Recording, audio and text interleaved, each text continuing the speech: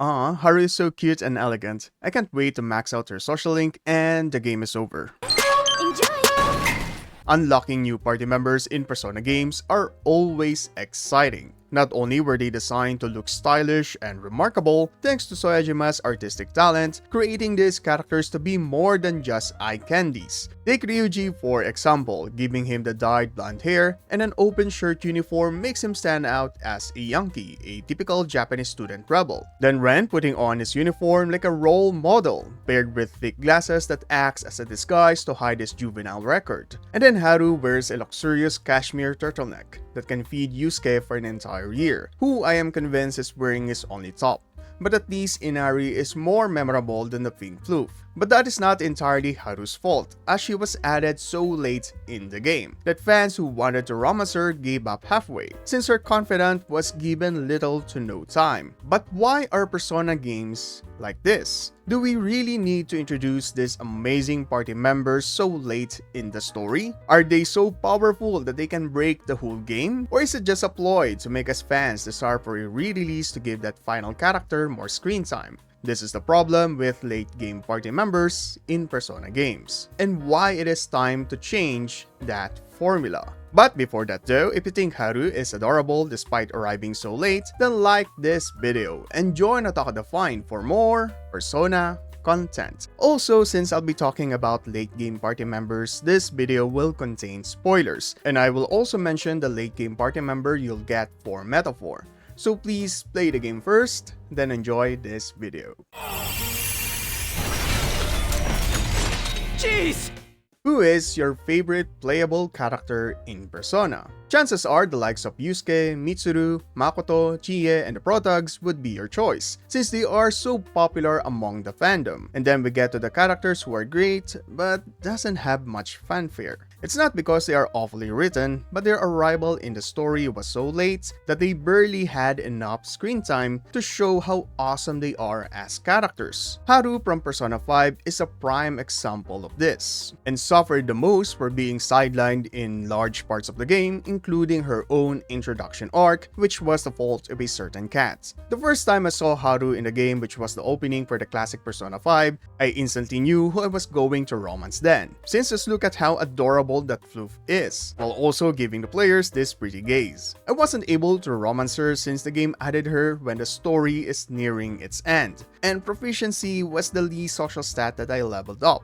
Why ATLUS? I just wanted to have coffee and plant veggies with a floof, who is also highly possibly an axe-wielding sadist, which is my favorite gender. Persona 5 wasn't the only game that suffered from this late game party member problem, as previous entries also had this with the likes of Ken and Naoto respectively. So why do Persona games always have these late game party members that even Metaphor also had to suffer from this problem? The first logical reason is its game design. Do you notice how each party member we get has a unique element? This allows the players to strategize in forming parties, to take advantage of the elemental weaknesses of the enemies. Aside from that, Persona has a cohesive game design, since they introduce new party members with an elemental affinity that are strong against the new dungeon and its shadow bosses. Such as when Ryuji awoke his persona, the game introduces shadows who are weak against electricity skills. This also happened when Anne accepted her rebellious self and helped us burn down enemies. Playable characters are only introduced in the game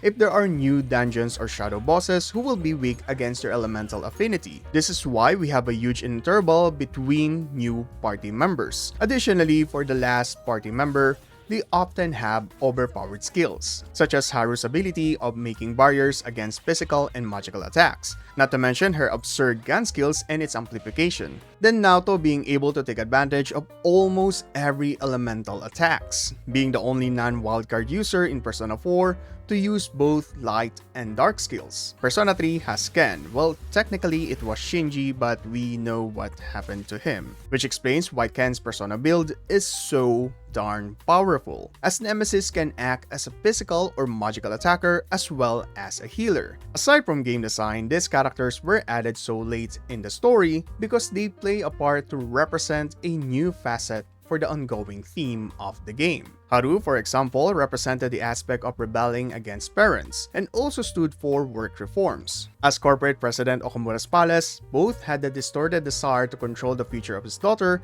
as well as treating his employees like slaves, similar to real-life megacorp. Ken represented the side of anger when dealing with death, as his response was to get revenge against his mother's killer. Naoto's chapter in Persona 4 tackled gender expectations in a conservative society, which was a heavy theme at the time but was done amazingly well. Just ignore Yosuke. And the other reason is that because Persona games take so much time to complete, they have to do something to keep things interesting and distract the players for another 10 plus hours. Thus, adding characters late in the game allows them to explore new mechanics, skills, and social link interactions. So with all of these logical and valid reasons, why is it such a big problem to have late game party members in Persona? It's because most often than not, they suffer from limited character development. Again, Haru didn't have enough in-game time to further build her personality, and Morgana even stole a massive chunk of her character arc. Hence why a lot of people has the Okamura Palace as their least favorite arc in P5. It's only thanks to the spin-offs that we are able to see how much of an amazing character Haru is, like in Persona 5 Strikers.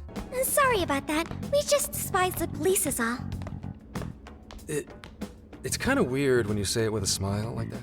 Now, because these late game party members lack character development, it also causes problems on making the narrative more cohesive. Integrating new characters late in the story can be tricky, leading to out-of-nowhere plot developments that often feel forced. These characters usually lack strong narrative tie to earlier events, making their involvement seem disconnected from the main plot. Like at least give us Haru's reaction about Kamoshida early in the game, or have Naoto get more involved against the investigation team. This also results in making them look like side characters instead of being part of the main cast. And because they are so late in the party, they usually have trouble forming good chemistry with other characters. Sure, Naoto seems to make Kanji flustered, but is that all we're going to get? How come Haru doesn't get much interaction with other Phantom Thieves outside of Makoto and Morgana? Why is Ken now only seen with Koromaru, and why is he always reading fashion magazines? Wouldn't it be great if we have him interact with Yukari if he's so interested in that? These things didn't happen because we lacked the needed in-game time for such events. Now, the most problematic thing about their late introduction is players often fail to complete their social link. Since instead of focusing their limited time to bond with them, players are more focused on completing already ongoing social links, or using the remaining time to level up their social stats,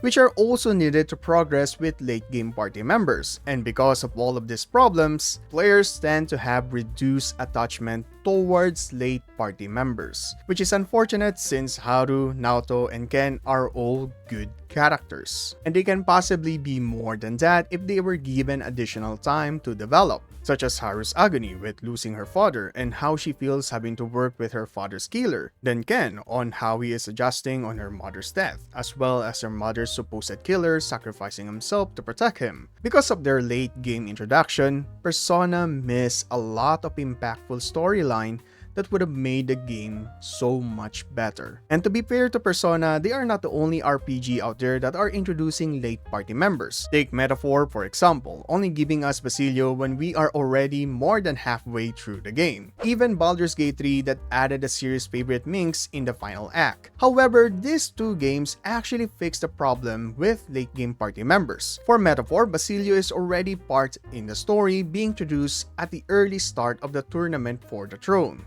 Then he played a solid part both in Brilhaven and Virga Island, so it didn't feel forced to see him get added in the main cast, since he's always been there and we see his character develop together with Fidelio, despite not being a party member for a huge amount of in-game time. Minx, on the other hand, is an already known character through the Baldur's Gate series and the Forgotten Realms, hence why having him late in the party didn't disrupt the chemistry nor the narrative. which is why I wish Persona 6 could learn from these games. Why not have the late game party member be someone we can have a social link with early in the game, but have a breakpoint like how it was for Sojiro. In that way, they'll immediately leave a good impact as a character. Honestly, I just want our party members in P6 to be all developed and not have fans thinking of what ifs. But how about you guys? Do you think late game party members are wasted in Persona games? Let me know in the comments down below. Since the other way that I could think of to introduce a late game party member is if they are a returning character. And that would be surprising since we haven't gotten that since Persona 2. If you're curious about that, then please check this video out.